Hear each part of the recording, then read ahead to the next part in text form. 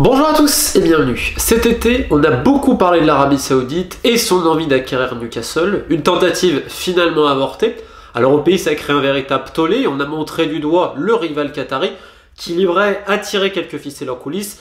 Néanmoins, ça serait allé un peu vite en besogne parce que le dossier saoudien quand même était bien charcuté, la faute à un manque de transparence assez effarant. Bref, après cet échec, parce que clairement c'est un énorme échec quand on réfléchit, ça a créé un tollé en termes d'image au niveau mondial, ça a eu l'effet en fait inverse de ce qu'ils espéraient, on se posait la question, est-ce que les Saoudiens vont continuer à vouloir acquérir un club de football à travers leur fonds souverain, le PIF? Alors il y a beaucoup de fantasmes qui ont été nourris abondamment par des farceurs, par des entremetteurs et par des gens qui se sont dit mais attends, le Qatar et l'Arabie Saoudite se font la guéguerre, donc machin, c'est le PSG, donc on va les emmener à l'OM, patati patata. On aura le temps d'y revenir un petit peu en fin de vidéo parce que vous allez voir, c'est assez marrant ce qui est en train de se passer. Premièrement, on va rappeler un peu ce qui se passe au niveau politique, au niveau économique. Au niveau politique, déjà l'Arabie Saoudite n'est pas une et unie. Il faut penser que c'est un pays énorme, déjà en termes démographiques, en termes même de la composition du pays. Il n'y a pas uniquement, par exemple, des gens qui suivent le wahhabisme. Tu as même, par exemple, une population chiite assez importante à l'est du pays. Donc, c'est pour ça que, quand on dit l'Arabie Saoudite, non, en fait, il y a plusieurs courants en Arabie Saoudite. Même au Qatar, qui est un petit pays, il y a plusieurs courants. Et le Golfe, surtout, c'est très changeant. C'est un peu le pays des mirages. Donc, là, aujourd'hui, quand on dit l'Arabie Saoudite, par exemple, on va acheter un club, etc. Non, mais est-ce qu'on parle, par exemple, d'une envie du souverain à travers le fonds souverain? Mais il faut différencier ça des princes et même des autres businessmen. Et là, ça met des milliers de gens. Par exemple, quand un prince va racheter le club de Sheffield United, ou quand Turki Al-Shir, c'est vrai, très proche de MBS pour le coup, le prince héritier, va prendre Almeria, c'est pas une volonté étatique, c'est pas une volonté de Mohamed Ben Salman. C'est aussi des volontés individuelles. Donc il faut différencier les volontés individuelles des volontés princières. Déjà, c'est très important aussi, parce que j'ai toujours l'impression qu'on parle de l'Arabie Saoudite comme un ensemble uni, alors que non, c'est très complexe l'Arabie Saoudite, de toute façon tout le Golfe est compliqué. Et au niveau politique, pourquoi je dis ça? C'est qu'aujourd'hui les opposés au Qatar, oui, mais quand même du côté saoudien on est en train d'adoucir les choses. Il y a quand même l'idée d'un rapprochement, alors facilité par les États-Unis qui en ont un petit peu marre de cette guéguerre-là, parce qu'il ne faut pas oublier n'empêche les intérêts qu'ils ont aussi au Qatar, notamment cette énorme base militaire américaine. Donc il y a une volonté de rapprochement, encouragée également par le Koweït. Alors c'est marrant parce que le Koweït, dans les médias koweïtiens, j'adore les médias koweïtiens, parce que les médias au Koweït, t'as l'impression que le Koweït est le centre de tout, et donc ils insistent que c'est leur rôle de médiateur, etc., qui est en train de rapprocher les deux parties. Alors évidemment, il y a toujours des tensions, parce que pareil, il y a plusieurs courants, même au Qatar, t'as des familles qui sont plutôt pro-saoudiennes, en Arabie Saoudite aussi, enfin bref, c'est assez compliqué, mais il y a quand même une volonté de rapprochement, il y a moins de tensions, notamment du côté saoudien, et les tensions aujourd'hui sont très vives par contre entre les Émirats et le Qatar, même si aux Émirats, pareil, entre Dubaï et Abu Dhabi, les positions sont parfois un peu différentes. C'est pour ça que quand on parle du GCC, donc là c'est l'Arabie Saoudite, c'est les Émirats, le Qatar, le Bahreïn, Oman et le Koweït, il faut toujours être très mesuré et savoir qu'une vérité d'un jour, c'est pas forcément celle du lendemain. Et que des fois on se fait un bisou sur la joue et le lendemain, on va te planter un couteau. Un petit peu ça. Bref. Donc aujourd'hui, opposer les deux, bah non, oui, il y a toujours une opposition, attention, mais elle n'est pas si forte, pas si extrême qu'il y a quelques mois. Donc le contexte est un petit peu en train de changer. C'est pour ça que la théorie Paris-OM, en plus, on le voit d'un prisme différent. Nous, on le voit d'un prisme français, sur les gens ça. Et je comprends, les fans de l'OM, ils se disent, l'OM représente quelque chose de très important dans leur vie. Mais c'est pour leur prisme. Pour des Saoudiens, l'OM, j'ai envie de te dire, en Arabie Saoudite, le foot, quand il est le plus difficile, c'est la première ligue. Et la Liga, c'est pas la Ligue 1. Donc, avoir ça, c'était un point de vue assez simpliste que j'ai vu repris ici et là qui m'a beaucoup étonné. Parce qu'aujourd'hui, c'est ça, on va venir sur l'aspect financier, c'est qu'il y a 20-30 ans, il y a eu des investissements, c'était fait n'importe comment, on donnait de l'argent à gauche et à droite, mais là, ils peuvent plus se permettre. Parce qu'on a forcément la baisse des coûts du pétrole, qui est quand même, je rappelle, l'essentiel des revenus, et une autre partie très importante des revenus du pays, c'est les pèlerinages. Or, qu'est-ce qui s'est passé avec le Covid? Les fermetures des frontières, etc. Donc, ils se sont pris d'énormes bévues, on va dire d'énormes déconvenues au niveau financier. Donc forcément, ça impacte les investissements. Même si on a vu que le fonds souverain a en effet investi de manière colossale dans divers secteurs d'activité. Mais ce sont des secteurs d'activité qui en théorie doivent rapporter de l'argent, des bénéfices. Un club de foot aujourd'hui, ça ne rapporte pas de bénéfices. Encore plus un club, par exemple, pour reprendre la théorie de l'Olympique Marseille, qui perd 80 à 100 millions d'euros par an. Donc c'est aussi très important à ce niveau-là. Néanmoins, on va me dire, mais c'est pour autre chose, c'est pour l'image, etc. Oui, il peut avoir ça, mais aujourd'hui, l'image de l'Arabie Saoudite et la manière dont ils veulent articuler ce fameux projet Vision 2030 qui est marketé à mort, je rappelle que ce n'est pas que pour l'Arabie Saoudite, tu as quasiment tous les pays du Golfe qui ont une Vision 2030, c'est assez drôle, où ils veulent faire du sport un axe important, il est vrai, d'ailleurs on peut le voir sur Vision 2030, on va dire le grand PDF, même si ça prend pas tant de place que ça. Tiens, d'ailleurs, je tiens à signaler. Mais c'est vrai qu'ils veulent accès vis-à-vis du tourisme et faire découvrir l'Arabie Saoudite qui, pour le coup, c'est vrai, a des sites sans doute exceptionnels en termes archéologiques, en termes historiques et tout. Même si, taquin comme je suis, j'ai envie de te dire que le pays de la péninsule qui a sans doute les plus beaux sites, c'est juste en dessous, c'est le Yémen, qui est malheureusement bombardé, etc. La ville de Shibam, l'archipel de Socotra, la vieille ville de Sanaa et tout ça. Mais ça, c'est une petite parenthèse et un grand bonjour à mes amis yéménites. Bref, pour revenir sur l'Arabie Saoudite, donc aujourd'hui l'idée c'est de faire des organisations d'événements internationaux.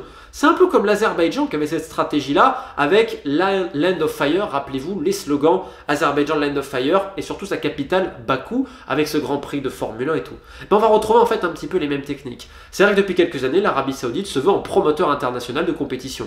Alors elles peuvent être footballistiques, on se rappelle les Supercoupes d'Italie, là maintenant il est droit pour les Supercoupes d'Espagne, mais c'est surtout au niveau automobile. Et pourquoi? Parce que le ministre des Sports aujourd'hui, c'est un pilote saoudien qui s'appelle Abdelaziz Ben Turki Al Faisal.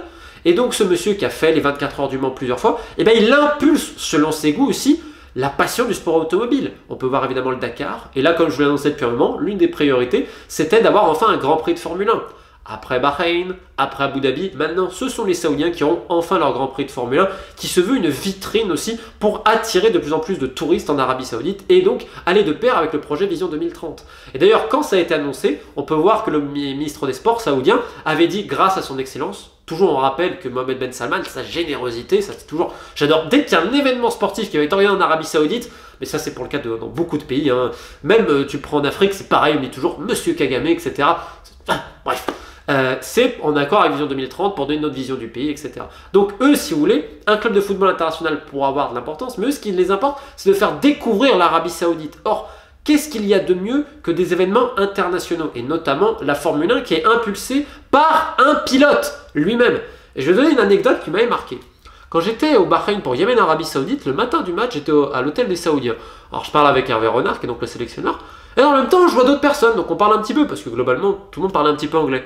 Et même quand je parlais avec Hervé et tous les autres, ils avaient surtout à la bouche le Grand Prix de Formule 1, que vraiment ça les intéressait. Donc ils avaient fait une visite encore, parce que bon, le Bahreïn, il y a un pont qui relie les deux pays, et bon, c'est plus ou moins la boîte de nuit des Saoudiens, mais ils sont très souvent là-bas parce qu'en fait, tu as le circuit de Bahreïn, et à côté, tu as une énorme piste de karting avec écran géant, c'est un truc assez impressionnant. Et tu as énormément de Saoudiens qui font ça, je peux même donner une anecdote. Moi, je devais y faire un tour, j'étais avec un Bahreïni qui travaille là-bas, et le soir, c'était privatisé uniquement par des Saoudiens assez importants.